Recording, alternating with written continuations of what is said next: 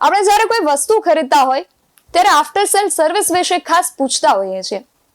વેપારી જ્યારે કોઈ વસ્તુ વેચી દે છે તો ત્યારે તેનું કામ પૂરું નથી થઈ જતું, ઉલટાનું વધે છે. કારણ કે વેચેલી વસ્તુથી ગ્રાહકને સંતોષ મળે છે કે કેમ, વેચ્યા બાદ ખામી સર્જાય કે કોઈ મુશ્કેલી ઊભી થાય તો તેને દૂર કરવી પણ જરૂરી બની જાય છે.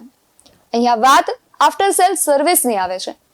એ રીતે વિકાસના કામો માત્ર શરૂ કરી દેવાથી કંઈ થતું નથી. એ બરાબર થાય છે કે કેમ, તેનું ઉદ્દેશ્ય પાર પડે છે કે નહીં, એ સુરક્ષિત છે કે નહીં, આ બધું પણ એટલું જ જરૂરી છે. ભારતમાં સૌથી વધુ સંપત્તિ ભારતીય સેના પાસે છે અને બીજા નંબરે ભારતીય રેલવે આવે છે. ભારતનું રેલવે નેટવર્ક ખૂબ વિશાળ છે અને દિન પ્રતિદિન મુસાફરોની સુખ સુવિધામાં વધારો કરી રહ્યું છે. તાજેતરમાં જ મોદીજીએ ગાંધીનગર ખાતે મેટ્રો ટ્રેનને લીલી ઝંડી બતાવી તેનું પણ ઉદ્ઘાટન કર્યું હતું. અહીંયા નોટ કરવા જેવી વાત એ છે કે સુખ સુવિધામાં તો વધારો થઈ રહ્યો છે, પરંતુ સુરક્ષાનું શું? સુરક્ષા સામે કેમ પ્રશ્નાર્થ ઉભો થઈ રહ્યો છે? જય હિન્દ, હું છું આપની સાથે નિધિ ગઢવી.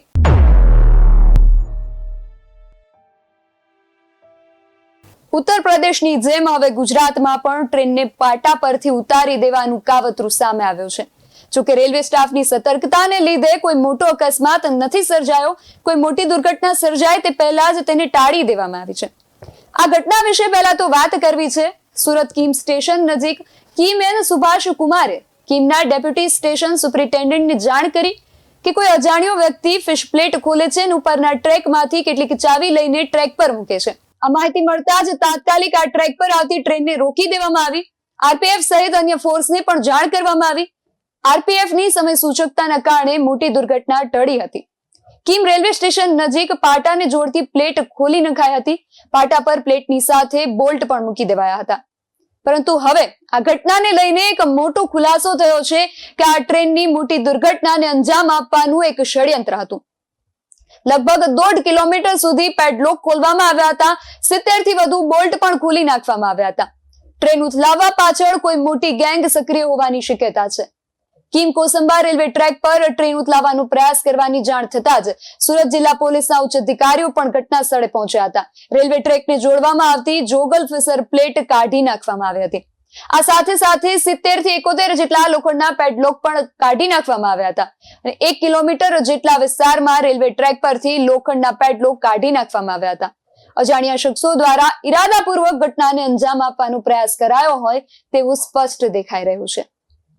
તાજેતરમાં જ ઉત્તર પ્રદેશના રામપુરમાં કેટલાક અસામાજિક તત્વોએ રેલવેના પાટા પર ટેલિફોનના તાર લગાવવામાં ઉપયોગ થનાર એક જૂનો 6 મીટર લાંબો લોખંડનો થાંભલો મૂકી દીધો હતો. જોકે દહેરાદૂન એક્સપ્રેસ ટ્રેનના ચાલક દ્વારા ઇમરજન્સી બ્રેક લગાવવામાં આવતા અકસ્માત ટળી ગયો હતો. રેલવેના અધિકારીઓએ જણાવ્યું કે ઘટના રામપુરથી લગભગ 43 કિલોમીટર દૂર રુદ્રપુર સિટી રેલવે સ્ટેશન પાસે સર્જાઈ હતી. રુદ્રપુર સિટી સેક્શનના રેલવે એન્જિનિયર રાજેન્દ્ર કુમારની ફરિયાદ પર રામપુરના રાજકીય રેલવે પોલીસ મથકમાં એક અજાણ્યા વ્યક્તિ વિરુદ્ધ ગુનો દાખલ કરવામાં આવ્યો છે. આ પહેલા 24 ઓગસ્ટના રોજ ફરુખાબાદમાં આ પ્રકારની ઘટના કાસગંજ ફરુખાબાદ રેલવે ટ્રેક પર પટાસા રેલવે સ્ટેશન પાસે રેલવેના પાટા પર મોટા લાકડા મૂકી દેવામાં આવ્યા હતા, જેને ટકરાતા એક પેસેન્જર ટ્રેનને રોકી દેવામાં આવી હતી. અને હાલમાં જ એક ખૂબ મોટું ષડયંત્ર પણ સામે આવ્યું હતું, જેમાં કાનપુરથી અજમેર જતી ટ્રેનને પાટા પરથી ઉથલાવવાનો પ્રયાસ કરવામાં આવ્યો હતો. કાનપુરમાં રેલવે ટ્રેક પર સિલિન્ડર મળ્યા બાદ રાજસ્થાનના અજમેરમાં રેલવે ટ્રેક પર સિમેન્ટના બ્લોક્સ મળી આવ્યા હતા.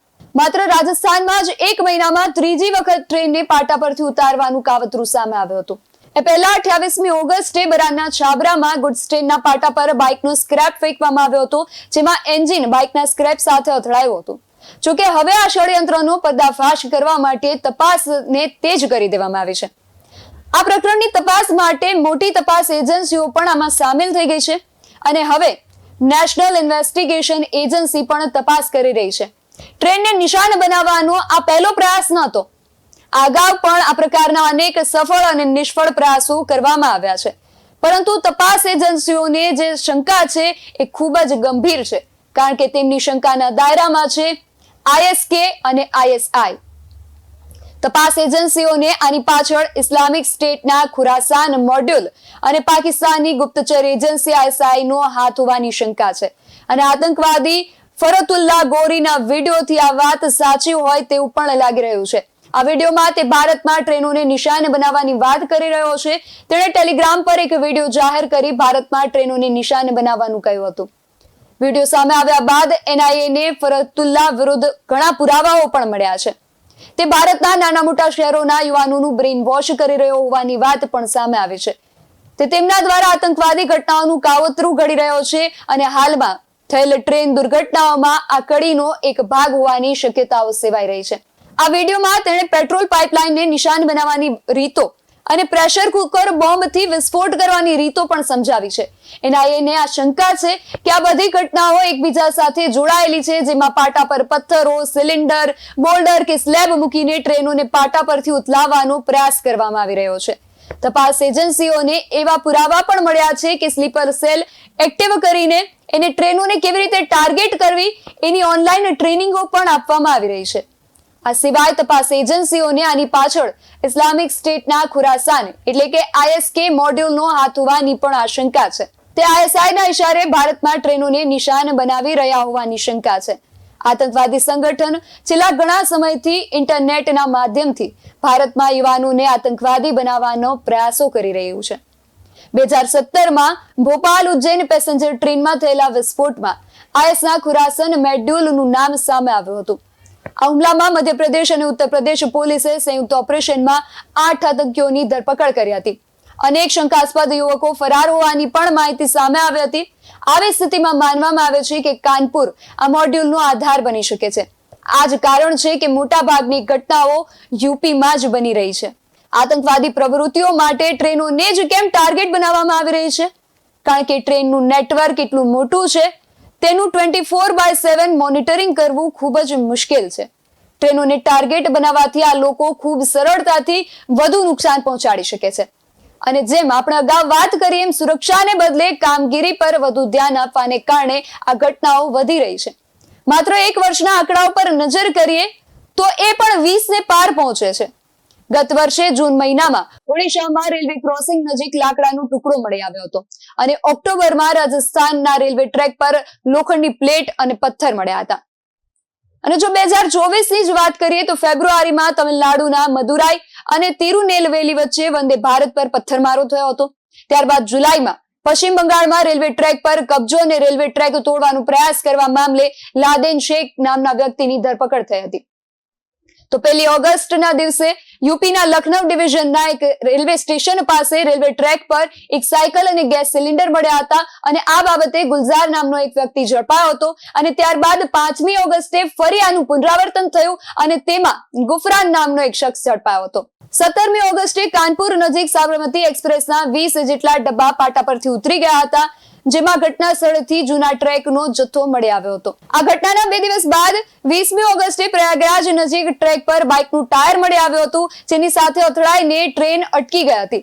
તો 24મી ઓગસ્ટના દિવસે રાજસ્થાનમાં એક સ્થળેથી રેલવે ટ્રેક પર પથ્થરો મળી આવ્યા હતા, જ્યારે 28મી ઓગસ્ટે રાજસ્થાનમાં રેલવે ટ્રેક પર બાઇકનો સ્ક્રેપ મળ્યો હતો. 30મી તારીખે તેલંગાણામાં ટ્રેક પરથી લોખંડનો સળિયો મળ્યો અને ઝારખંડના પલામુ જિલ્લા નજીક રેલવે ટ્રેક પરથી પેટ્રોલ ક્લિપ્સ ચોરાઈ ગઈ હતી. 4 સપ્ટેમ્બરે મધ્યપ્રદેશમાં એક ટ્રેન પથ્થર સાથે અથડાઈ હતી અને મહારાષ્ટ્રમાં પણ રેલવે ટ્રેક પર પથ્થરો મળી આવ્યા હતા, જે એક વેગન ટ્રેનને નડ્યા હતા. 9મી તારીખે કાનપુર નજીક કાલિંદી એક્સપ્રેસને પાટા પરથી ઉતારવા ટ્રેક પર ગેસ સિલિન્ડર મૂકીને કાવતરું ઘડવામાં આવ્યું હતું. અને આજે ફરી સુરતની ઘટના પણ સામે આવી છે. તો અમુક જગ્યાએ રેલવે તંત્રની બેદરકારીઓ પણ સામે આવી છે. ભારતના comptroller and auditor general Girishchandra મુર્મુએ ટ્રેન પાટા પરથી ઉતરી જવાની મોટા ભાગની ઘટનાઓમાં ભારતીય રેલવેના એન્જિનિયરિંગ વિભાગને જવાબદાર ગણાવ્યો હતો. તેમના દ્વારા ટ્રેનોની જાળવણી સુનિશ્ચિત કરવા માટે મોનિટરિંગ સિસ્ટમને મજબૂત બનાવવાનું પણ સૂચન આપવામાં આવ્યું હતું. CAGના રિપોર્ટમાં પાટા પરથી એન્જિનિયરિંગ વિભાગની બેદરકારીના કારણે 422 ટ્રેન પાટા પરથી ઉતરી જવાની ઘટનાઓ સામે આવી હતી. તો 171 કેસમાં ટ્રેકની જાળવણીનો અભાવ પાટા પરથી ઉતરવાનું કારણ બન્યું હતું. તો 156 કેસોમાં નિયત ટ્રેક પરિમાણોનું પાલન ન થવાને કારણે ટ્રેન પાટા પરથી ઉતરી ગઈ હતી. મિકેનિકલ ડિપાર્ટમેન્ટની બેદરકારીના કારણે 182 ટ્રેનો પાટા પરથી ઉતરી જવાના બનાવો બન્યા છે. 37% કેસોમાં કોચમાં ખામી અને વ્હીલ્સના વ્યાસમાં તફાવત ટ્રેન પાટા પરથી ઉતરી જવાના મુખ્ય કારણો બની હતી. ટ્રેન પાટા પરથી ઉતરી જવાના 154 બનાવ માટે મુખ્ય કારણો લોકો પાયલટનું ખરાબ ડ્રાઇવિંગ અને વધુ ઝડપ હતી, જ્યારે 275 બનાવમાં સંચાલન વિભાગની બેદરકારીના કારણે ટ્રેન પાટા પરથી ઉતરી ગઈ હતી. વર્ષ 1981માં બિહારમાં સૌથી મોટી રેલ દુર્ઘટના બની હતી. આ દુર્ઘટનામાં ટ્રેન પાટા પરથી ઉતરી જવાને કારણે અકસ્માત થયો હતો, જેમાં 750 થી વધુ લોકોના મોત થયા હતા. તો 1995માં ફિરોઝાબાદ ટ્રેન અકસ્માત બીજી સૌથી મોટી ટ્રેન દુર્ઘટના હતી. ઉત્તર પ્રદેશમાં થયેલો આ અકસ્માત ગુડ્સ ટ્રેન અને પેસેન્જર ટ્રેન ટકરાવાના કારણે થયો હતો અને આ ઘટનામાં ઘણા કોચ સંપૂર્ણપણે નષ્ટ થઈ ગયા હતા અને 358 જેટલા લોકો મોતને ભેટ્યા હતા. આ ઉપરાંત પંજાબમાં વર્ષ 1998માં ખન્ના ટ્રેન દુર્ઘટના બની હતી, જેમાં 212 લોકોના મોત થયા હતા. આ બધા આંકડાઓ તો જૂના છે. એ સમયે આટલી ટેકનોલોજી પણ ન હતી, પરંતુ અત્યારના સમયમાં આવું થવું ગંભીર તો છે જ, તેની સાથે સાથે આ વાત શરમજનક પણ છે. ગત વર્ષ 2023માં થયેલી ઓડિશા ટ્રેન દુર્ઘટના પણ એક ગંભીર અકસ્માત હતો. આ અકસ્માતમાં 290 થી વધુ લોકોના મોત થયા હતા અને ખૂબ મોટી સંખ્યામાં લોકો ઈજાગ્રસ્ત પણ થયા હતા. આ ઉપરાંત દેશમાં ઘણા મોટા અકસ્માતો થયા છે, જેમાં લોકોને જીવ ગુમાવવાનો વારો આવ્યો છે. આ આંકડાઓ અત્યંત ગંભીર અને પીડાદાયક છે. ભારતના સાવ સામાન્યથી માંડીને શ્રીમંતો સુધી દરેક લોકો ટ્રેનમાં સફર કરતા હોય છે. ભારતમાં લાખો કરોડો લોકો દરરોજ ટ્રેનમાં મુસાફરી કરતા હોય છે. લોકોને એવી આશા હોય છે કે ટ્રેન દ્વારા અમે અમારા ગંતવ્ય સ્થાન સુધી સુરક્ષિત પહોંચી જશું. તેમનો પરિવાર પણ તેમની સુરક્ષાને લઈને નિષ્ફિકર બની જતો હોય છે, કારણ કે ટ્રેનની મુસાફરીને અત્યાર સુધી સૌથી સરળ અને સુરક્ષિત માધ્યમ માનવામાં આવતી હતી. પરંતુ હવે તેની સુરક્ષા પર સવાલો ઉઠી રહ્યા છે. રેલ મંત્રી અશ્વિની વૈષ્ણવ અને રેલ મંત્રાલય પર પણ સવાલો ઉઠી રહ્યા છે.